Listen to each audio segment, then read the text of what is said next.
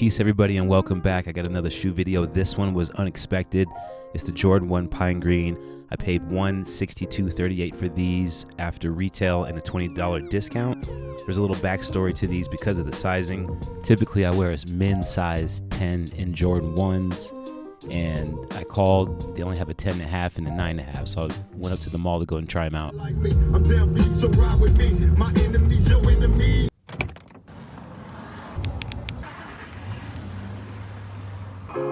On the way to get the Pine Greens, and I'm late.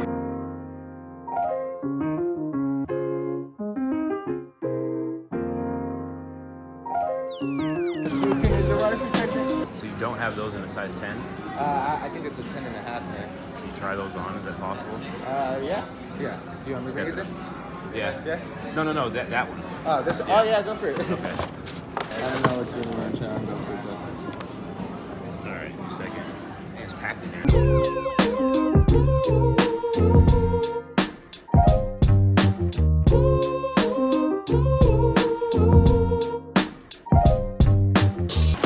So I ran into a little issue. I went to Champs. They had a size 10. The only problem is that I just bought a 9.5 with a $20 discount, and at Champs they're gonna charge me full price, which is $170 plus tax. So I go with the 10 and pay more, or do I just keep the 9.5 at a discount price? I don't know, and I'm sure my sound quality is not the best because I'm using my iPhone right now. They felt okay, and I'm wearing double socks right now because I'm still wearing those Yeezy Quantums that are too big. I don't know, and he's holding them for me right now. He's a great guy, he's holding them for me. I just don't know. Get the 10 and pay more, or keep the 9.5, save money, maybe break them in, I just don't know. I'm gonna try them on one more time.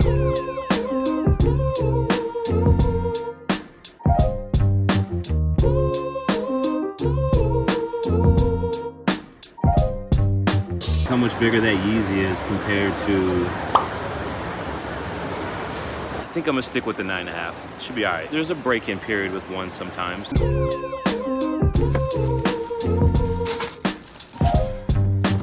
That was crazy. So I wind up keeping the 9.5. I'm gonna live with it. And it's time to get back to the house. I'm all hot and sweaty. The mall was packed. The things people do for sneakers, it's just crazy, man. Let's get back to the house. All right, let's do a quick breakdown on these. Again, I didn't really expect to get this pair this Saturday. I woke up, they were on the sneakers app. I saw them, they were all sold out. They might have had like a 14 or 15 in men's left. So called up Finish Line, and you saw what happened in the story.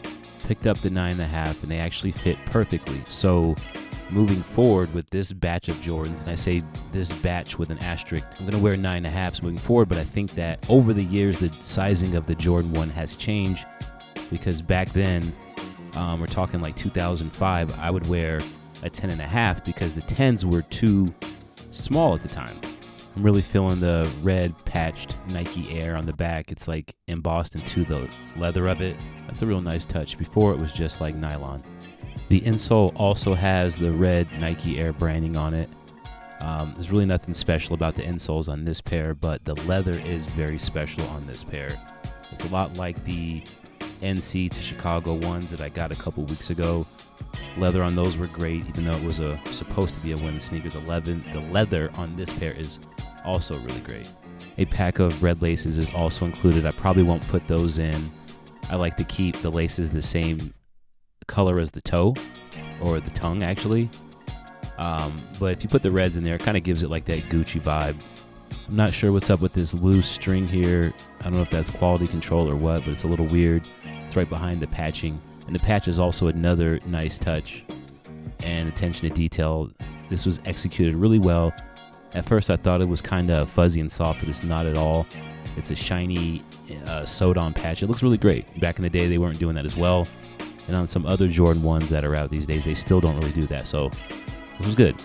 The back sports that beautiful, supple leather pine green is what they call it. The whole shoe just screams quality. For the price, it's not that bad. Even though the price of Jordan 1s has went up, which I don't really think is fair. Even though I got a discount on these, they're still pretty hefty on the price tag. Pine green on the bottoms, which is just another straight up good colorway. There's nothing else to say about it. If you're a Celtics fan, I'm sure you love these. The Jordan 1s these days, they just don't come laced up, and I kind of think that's weird, but I don't mind. It just takes me like 15 minutes to lace them up. That's really it as far as the details. I mean, it's just a Jordan 1. It's not like a Travis Scott where there's a ton of attention to details. These were just executed really well, I think, with the colorway. These fall in line with some of the other simple colors like the purples, there's the orange pair, there's all kinds of colors, and the Jordan 1 is my favorite in this style of color blocking. Before I cut the video, I want to give you guys an example of what I mean by the sizing of the Jordan 1 changing throughout the years. I used to have to wear a size 10.5, and that went down to a 10. Now it's down to a 9.5. This is the 2013 Shadow Jordan 1, size 10.5. The Navy Metallics from 2016, also 10.5.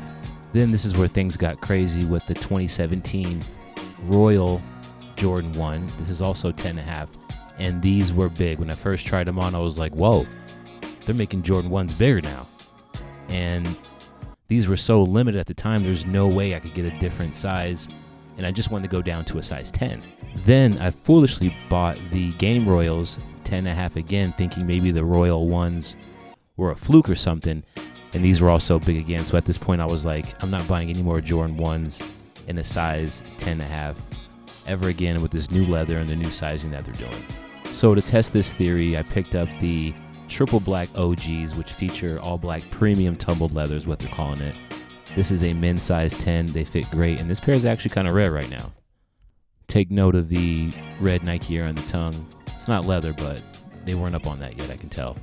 Then I just recently ended up with the NC2 Chicagos in a women's size 11.5, which equals a men's size 10. And they fit just like the 9.5 pine green. So if I can just stay between this 9.5, maybe sometimes 10, depending on how rare the sneaker is, if I might have to settle for that, I'll settle for a 10, no problem. But what I just experienced, I'd like to have 9.5s moving forward. So out of my collection, these are the 4 pairs that fit me the best. I think I might sell off the other 10.5, the Game Royals and the Royal ones, the black and blue ones, because they just don't fit me well. I have to wear like a thicker elite Nike type sock so they're good. But you know, you live and you learn. I'm still shocked that they let me try them on before I purchased them inside Finish Line, because they usually trip on that and they don't want anybody creasing the sneakers, so they don't let you try them on. But he actually let me try them on when I was in line. Then I sat down in the store after I purchased them, tried them on again. Then as you saw, I went down to the food court and tried them on for the 3rd time because I was so skeptical. Shout out to the guy in Champs that was going to sell me the size 10, but I didn't need it. And it was a blessing because I actually like a size that fits true to size. It just feels better and you feel like you got your money's worth. Here's a quick look at all the toe boxes. And I know all of this is totally off topic from the Pine Green Jordan 1, but this has been a journey for me and I wanted to share it with you guys if you're having sizing issues. I mean, this could be helpful to a lot of you guys out there. There's also an issue with glitter popping up on some of the Jordan 1s that have like a black color to them, like have the black foundation. There's been glitter found. So if you have glitter on your Jordan 1s in the boxes, drop it down in the comments because I'm thinking about making a video about that. People have made videos about the glitter being on Jordan 1s, but when I dug all these Jordans out, I noticed it. I'm like, where is this glitter coming from? But anyway, it turned out to be an exciteful weekend. I don't really do much. I'm a boring kind of guy, so going to the mall and actually buying a pair of Jordans is kind of nostalgic for me.